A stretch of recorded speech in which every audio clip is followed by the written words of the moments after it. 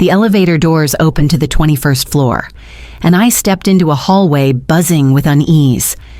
It wasn't even 9 in the morning, yet the Luminari Systems cafeteria had been transformed into a pseudo-ballroom. Silver trays of champagne flutes lined the tables, confetti cannons waited by the stage, and a banner above the projector screen read, Luminaris plus Bell Ridge Capital 400 Mere Deal. My stomach tightened. Surprise celebrations on a Tuesday morning rarely meant good news for anyone not on the poster. Gideon Cross, our CEO, strode onto the stage like he owned the air itself. He wore his usual navy suit and that permanent smirk, the one he saved for quarterly calls, and people he was about to step on. "Team," he began, voice booming against the glass walls. "Today marks the beginning of Luminari's next era. Bell Ridge Capital has officially acquired our company for $400 million. Cheers erupted. Champagne corks popped. Confetti fluttered over rows of stiff-backed chairs. Then he pivoted, and, in line with our strategic restructuring, effective immediately, Ilara Novian's role has been eliminated. It hit like a cold slap. For a heartbeat, no one moved. Developers froze mid-sip. A project manager fumbled a glass, the stem snapping on the floor. I stood, smoothed my charcoal blazer, and felt every pair of eyes lock onto me. 11 years in this building, and my exit music was the sound of awkward silence. Security approached with rehearsed indifference. I let them escort me toward the door, heels clicking on polished concrete. I refused to stumble. No tears, no protest. My gaze lifted one last time to the massive screen cycling through product slides, and I saw it. Tiny. Tucked in the corner of the Luminaris OS prototype metadata I had embedded months ago. Property of Ilara Novian, LLC. They'd scrubbed my face from their world, but they hadn't erased the spine holding it up. As the elevator descended, I slipped my phone from my pocket and typed a single line to a number few people knew existed. Move the case. Phase 1 starts now. Sent. The doors opened to the ground floor. Outside, Manhattan traffic roared under a sky that glared too bright for a Tuesday. I inhaled once, slow and even, and walked into the morning like I had somewhere important to be because I did. By the time I reached Brooklyn, the adrenaline from my very public firing had cooled into a sharp, steady focus. The streets were damp from last night's rain, reflecting streaks of early sunlight off the glass facades. I slipped into a quiet side street where the bank sat tucked between a nail salon and an organic grocer, looking far too ordinary for the secrets it kept. Inside, the marble floors muffled my footsteps. A clerk recognized me without a word and led me past the glass offices and down a hallway to the vault. The air cooled to a crisp, dry hum as the steel doors parted. My thumb pressed against the biometric pad, and the machine chirped its approval. A moment later, Box 1129 slid out with the patience of a well-trained soldier. Inside lay the life I had built in silence, a matte black fireproof briefcase and a small, translucent thumb drive with a strip of red tape marked with my initials. My fingers hovered over them for a beat before lifting both out carefully. I remembered the night my father and I prepared this box. He'd been retired for 2 years, his health already waning, but his mind razor sharp. Papers were spread across his oak dining table, patent transfers, provisional filings, trust agreements. He'd signed each page with meticulous care, pausing only to sip black coffee and offer the advice that had become my quiet armor. If they won't see you, make sure they need you. He knew this world better than anyone, how companies would happily squeeze you dry and discard you if you let them. His hands shook as he notarized the last signature, but he'd smiled, proud. I set the briefcase on a narrow table, opened it, and checked its contents, 7 active patents under my LLC, all clean and untangled from the company's legal shell games. The drive contained encrypted backups of source code and a trail of ownership that no one at Luminaris could erase. I closed the case and held it against me for a moment, letting the weight remind me of every overlooked night I had poured into their empire. Then I walked out into the Brooklyn air, knowing my next move would make the city hold its breath.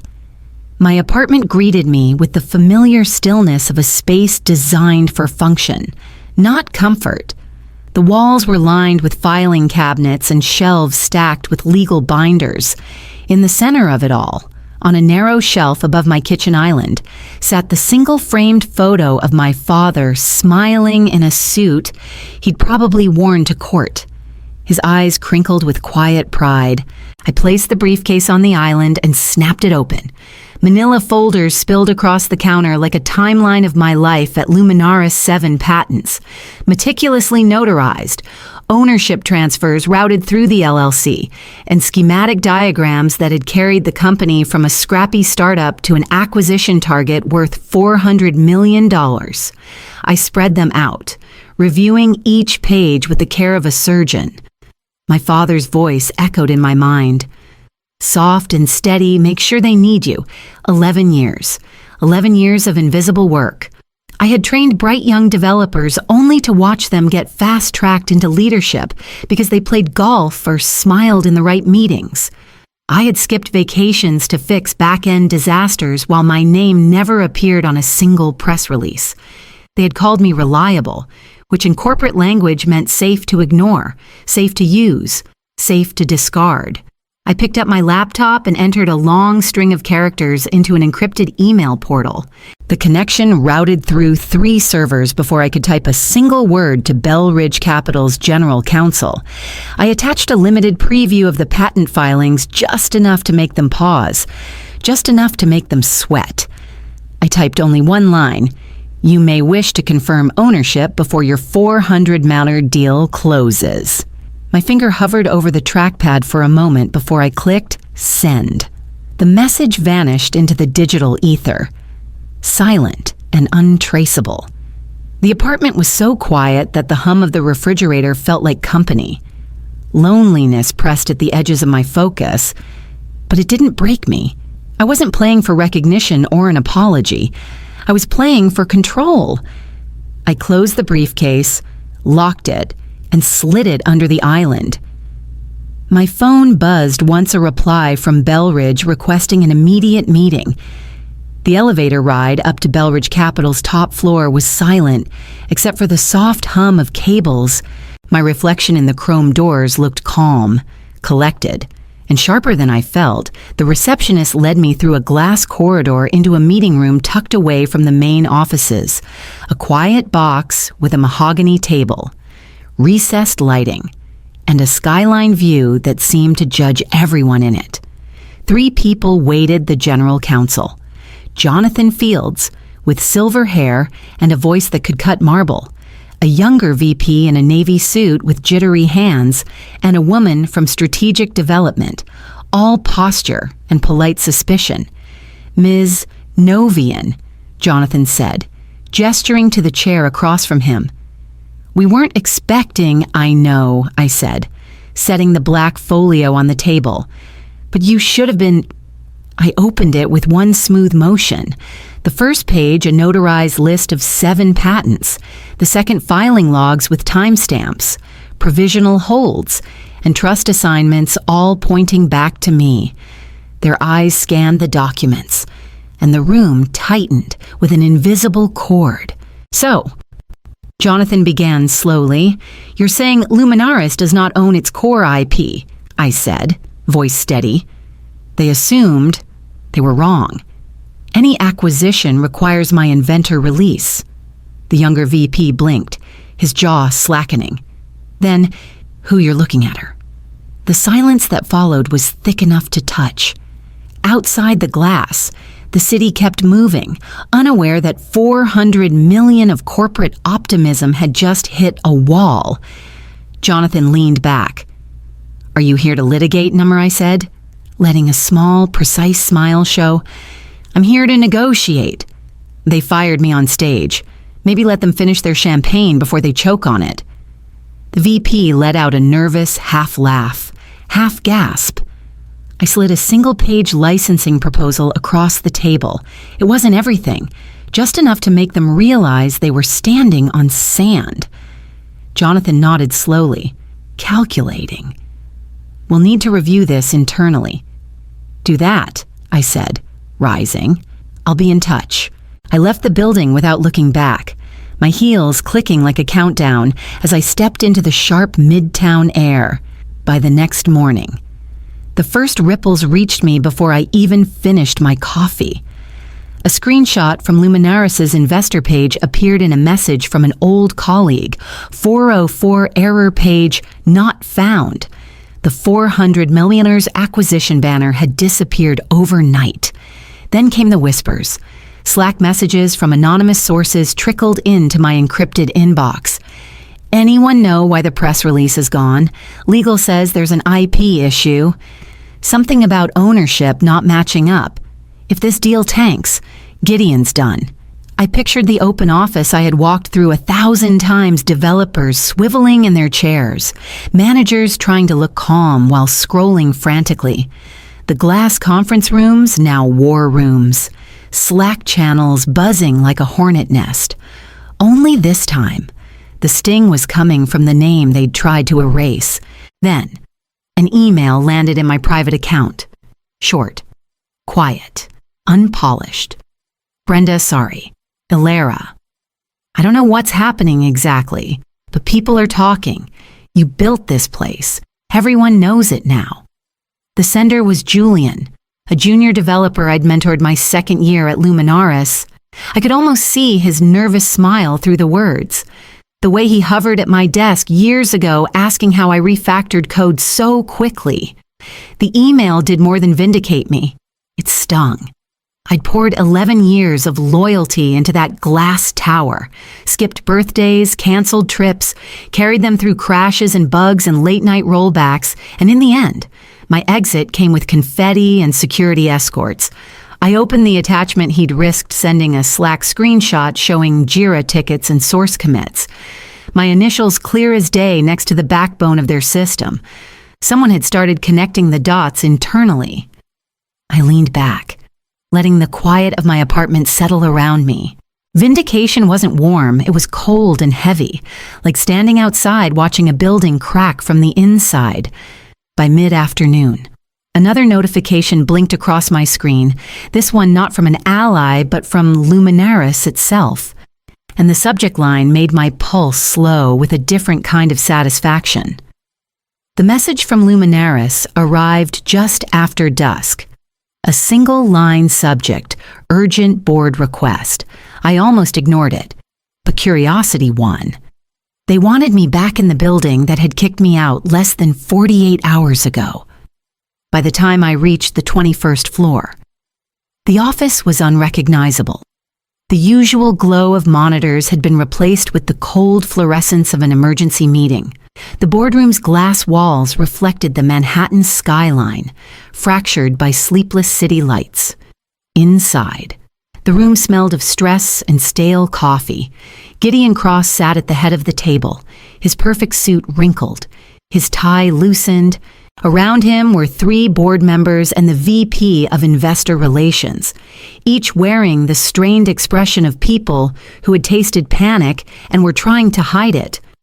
"Alara," Gideon began, his voice low but rehearsed. "We want to acknowledge a misstep. Your departure was premature." He gestured to a folder slid across the polished wood. "We're prepared to reinstate you with a new title, Chief Innovation Officer, a signing bonus, public apology, total control of the IP team." The VP leaned forward, smiling like she was offering me a rare vintage wine, whatever you need to feel whole again. I let my fingers rest on the folder but didn't open it. The quiet stretched long enough for someone to shift in their chair. Then I spoke, calm and sharp as a blade. "You already fired me," I said. I don't return to tables I built, and you broke." Gideon's jaw tightened. One board member inhaled through his nose, as if bracing for a hit. I stood, slow and deliberate. "You think this is about ego?" I continued. "It's not. This is about control, and I have it. I don't need your titles or your apologies. I don't need to sit here at all." No one moved as I walked to the door, the click of my heels louder than any argument they might have made. Outside, the night air hit my face, cool and sharp. My phone buzzed in my hand, a message from Belridge Capital confirming that the next phase of our arrangement was ready to proceed. By the next morning, the first official signal of implosion arrived. Belridge Capital issued a terse statement.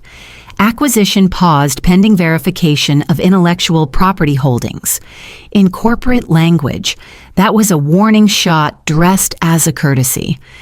I sat at my kitchen island in my Brooklyn apartment, steam rising from a mug of black tea, watching the world unravel through a laptop screen. Slack messages forwarded from sympathetic insiders trickled in like gossip carried on a whispering wind. HR isn't answering phones. Legal is in conference room D. Someone literally threw up in the trash can. Gideon's got his sleeves rolled up. He looks like he's about to start a motivational YouTube channel. I imagine the glass tower I'd left behind, jittery developers staring at blank monitors, managers pacing hallways, executives hunched over laptops as if hunching could keep the building from tilting.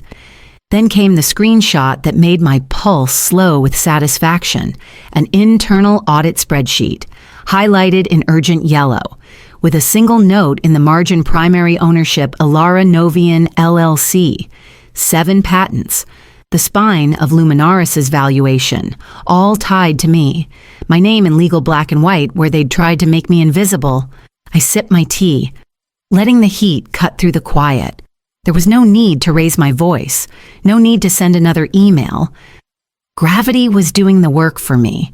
By noon, the whispers in my inbox turned to frantic admissions. Someone from accounting wrote that the board was rotating through emergency sessions and investors were circling like sharks. Another message from Julian, the junior dev, simply said, "They finally get it." I closed my laptop and leaned back. The sunlight glancing off the edge of the briefcase still tucked beneath my counter. The city outside hummed with its usual chaos. But here, in my apartment, it was just quiet enough to hear the sound of an empire starting to fall. When my phone buzzed again, it wasn't Slack gossip, it was Belridge, asking if I was ready for the next step. By Wednesday morning, the decision was final. Belridge Capital's legal team gathered in a private conference room, a world away from the panic at Luminaris, and slid the final licensing agreement across the table to me. My signature joined theirs in a neat row at the bottom, black ink sealing what months of quiet calculation had prepared. My LLC now licensed the core technology directly to Belridge, bypassing Luminaris entirely. The email started an hour later. First, the internal memo effective immediately. Belridge Capital has withdrawn from the Luminaris acquisition due to material misrepresentation of intellectual property holdings.